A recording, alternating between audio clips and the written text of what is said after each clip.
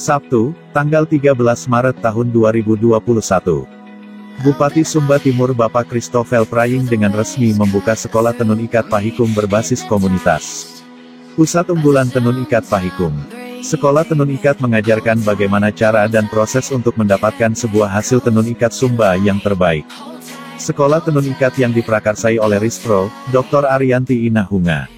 Sekolah ini menerima siswa dari segala usia, dari yang muda sampai yang tua, laki ataupun perempuan. Diharapkan agar adanya generasi yang akan menjadi pengrajin dan pemerhati akan tenun ikat Sumba untuk masa yang akan datang. Dan diharapkan agar para generasi Sumba sebagai penerus pengrajin tenun ikat Sumba lebih tahu akan cara dan cerita serta tahu bagaimana menghasilkan sebuah karya tenun Sumba yang terbaik. Dan diharapkan dengan adanya Sekolah Tenun Ikat Pahikum berbasis komunitas dapat lebih membuat tenun ikat lebih banyak dikenal di dunia dan bisa go internasional. Yang turut hadir dalam kegiatan peresmian Sekolah Tenun Ikat Pahikum berbasis komunitas adalah Ketua dan Wakil Dekranasda Sumba Timur, Ketua Rispro Komunitas Sekolah Tenunan Ikat dari Universitas Kristen Satya Wacana Salatiga Ibu Dr. Arianti Inahunga, para pimpinan OPD Sumba Timur, Kadis Perindak, Kadis Nakertrans, Kaban Litbang, PLT Bapeda Dr. Yohanes Praying, Dirut PT PDAM, Kapolsek Kota yang diwakili, Komandan Ramil 1601. Setelah peresmian Sekolah Tenun Ikat dilanjutkan dengan penanaman pohon sakura oleh Bupati Sumba Timur dan Kadis Infokom selaku PLT Bapeda Sumba Timur. Tim media KPDMW melaporkan. Sapaan dari Ketua Rispro, dalam hal ini Ibu Dr. Arianti Inahunga. Kepada Ibu kami silakan.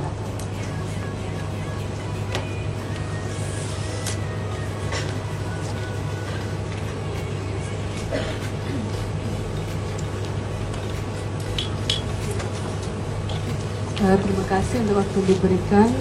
Selamat siang buat Bapak Ibu semua, terutama yang terhormat Bapak Bupati, Ibu Ketua Dekranasda, Ibu Wakil Ketua Dekranasda. Mencari pengakuan UNESCO, kita gagal. Pertanyaannya kenapa gagal? Karena orang pergi di pasar ya lihat tenun, orang pergi di galeri lihat tenun. Kemudian saya cari pertanyaannya, kenapa begitu? Oh ternyata waktu diverifikasi, para verifikator ini tidak melihat tenun itu menjadi keseharian kita. Bahkan penenun mungkin tidak bisa berpakai baju tenun. Jadi saya berbahagia punya kain tenun, tapi mungkin para penenun tidak punya. Bahkan tidak bisa bercerita terhadap kain yang dipakai. Nah, oleh karena itu, kita tidak bisa mendapat pengakuan seperti batik. Kenapa saya bilang tidak bisa? Karena saya bekerja untuk batik hampir 20 tahun. Sehingga saya pikir, lah kenapa saya tidak bekerja buat tenun begitu? Karena itu tenun sudah menjadi bagian dari hidup saya. Nah, yang saya hormati Ibu Ketua Dekranasda Sumba Timur, Ibu Wakil Ketua, Rambu Ina, orang Sumba yang sudah maju di tanah orang sebagai intelektual yang tidak Sumba banget, berarti kita tidak Sumba yang sudah ada modifikasi karakteristika. Ya. Singkatnya para hadirin dan undangan yang saya muliakan dan saya hormati. Pada tempat yang pertama dan utama, sepantas dan sewajarnya kita menyampaikan puja dan puji kehadirat Tuhan yang Maha Kuasa, pemilik hidup dan kehidupan ini, yang memberi kesempatan kepada kita untuk bertemu dan berkenan ia memberi kesempatan untuk kita berdiskusi mungkin akan hal-hal yang berkaitan dengan Sumba, tentu yang berkaitan dengan budaya Sumba ini. Hari ini kita semua berkumpul di sini untuk memastikan bahwa kita semua peduli pada nilai-nilai peradaban yang kita miliki dan diwariskan oleh leluhur kita. Bapak, Ibu, dan saudara sekalian yang saya hormati, kami memahami bahwa leluhur kita, orang Sumba, tidak memiliki budaya tulis, melainkan budaya tutur yang diwariskan melalui penuturan kepada anak dan cucu, kerabat, atau keturunannya, dengan sangat hati-hati. Mengapa demikian?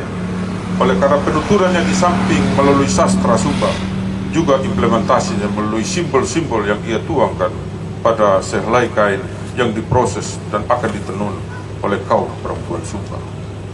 Kearifan nilai dan budaya Sumba sedemikian rupa dituangkan melalui simbol pada utas-utas benang putih yang akan diikat dengan terlebih dahulu penenun berimajinasi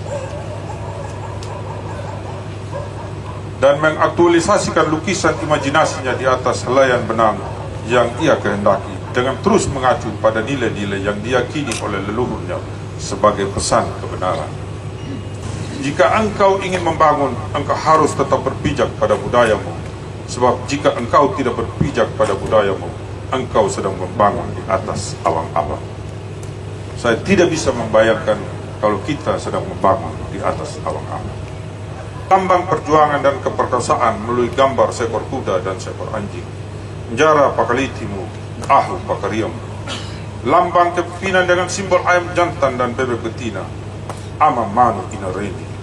Lambang para aristokrasi. Lambang keagungan melalui gambar rusa jantan dan seekor naga. Majanga kaduruhana, parara matamano. Lambang keberanian dan ketenangan melalui seekor buaya dan penyu. Lambang kemakmuran melalui gambar patualang bunga. Lambang pengakuan bahwa hidup ini tidak pernah akan berakhir melalui gambar patulah kambang. Serta masih banyak lagi simbol gambar yang ada dituangkan dalam pada selembar kain tenunan.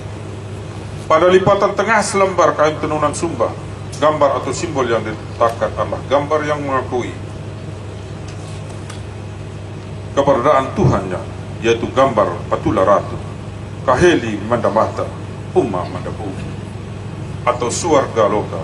Gambar atau simbol ini memberi pesan moral kepada kita semua, bahwa ketika lelaki Sumba memakai sepasang kain Sumba, sesungguhnya jika lelaki Sumba sedang duduk, ia sedang duduk di atas fondasi kebenaran.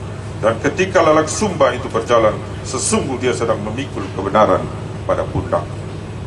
Tidak berhenti sampai situ, saya juga datangi masyarakat. Ternyata yang tidak diketahui juga instansi bahwa ada masyarakat yang di Sepuru.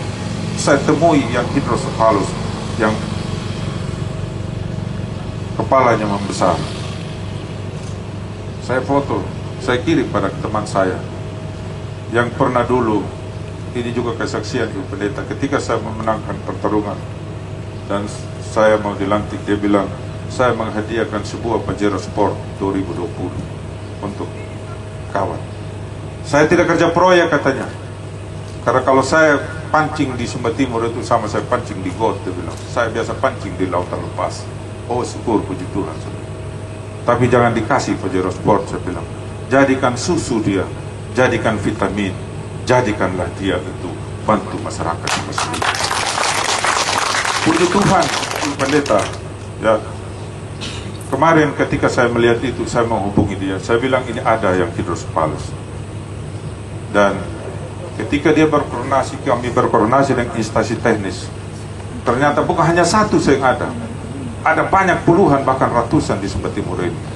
Dan dia bersedia untuk membiayai. Kita tidak perlu membiayai dari APBD itu sendiri. Puji Tuhan, ini adalah cara Tuhan untuk melawat Sumba Timur tentunya. Dan mungkin dalam waktu dekat, ketika kita selesai mengidentifikasi semua dokter itu, kita akan datangkan dan akan dibayar semua oleh kawan kita donatur itu. Puji Tuhan. Ya. Ini adalah bentuk bagaimana sesungguhnya bahwa persoalan di Sumba Timur ini bukan hanya menjadi domain dari pemerintah.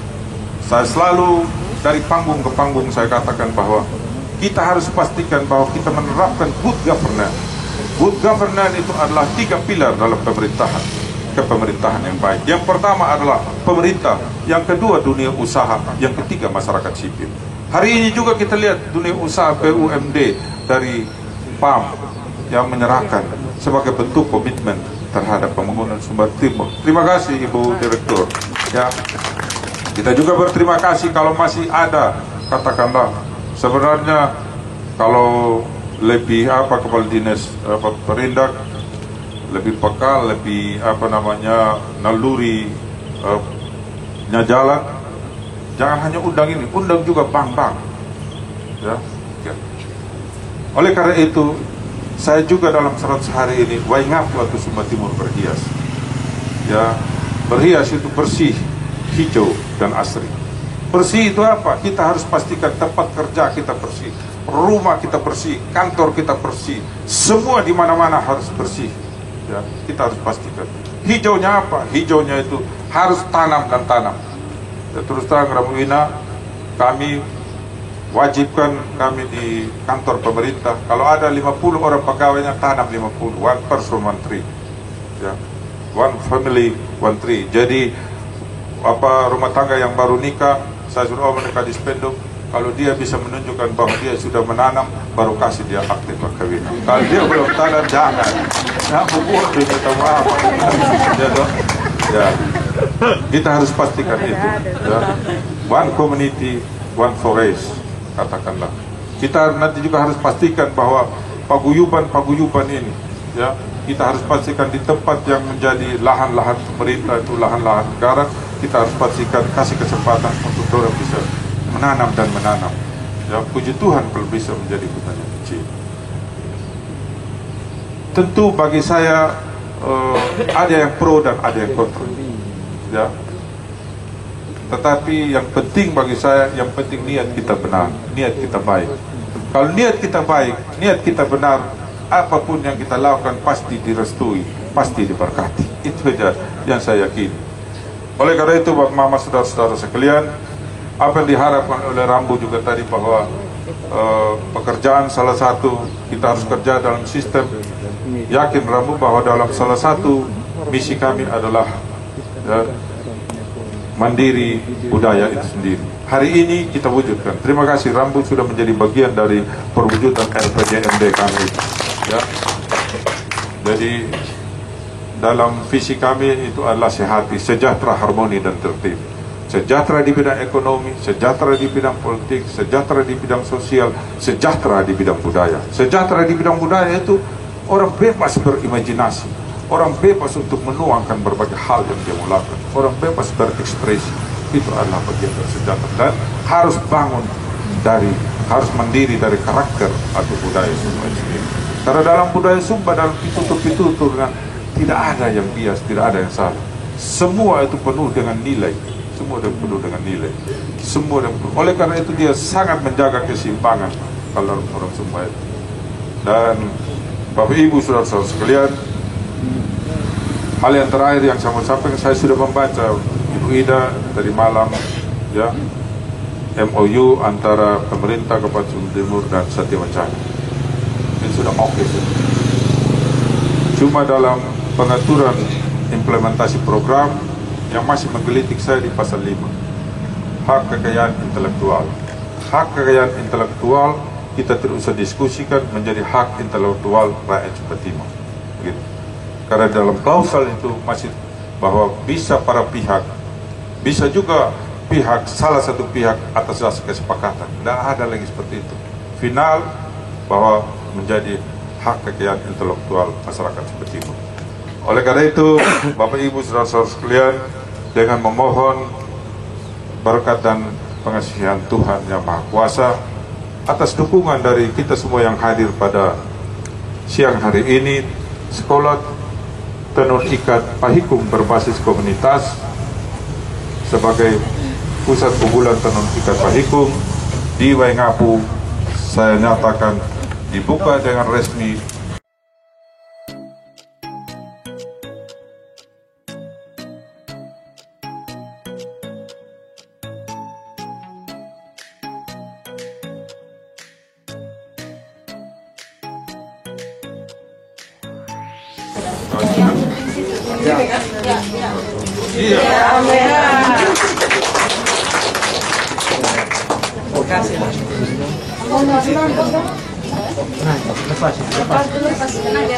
Lepas.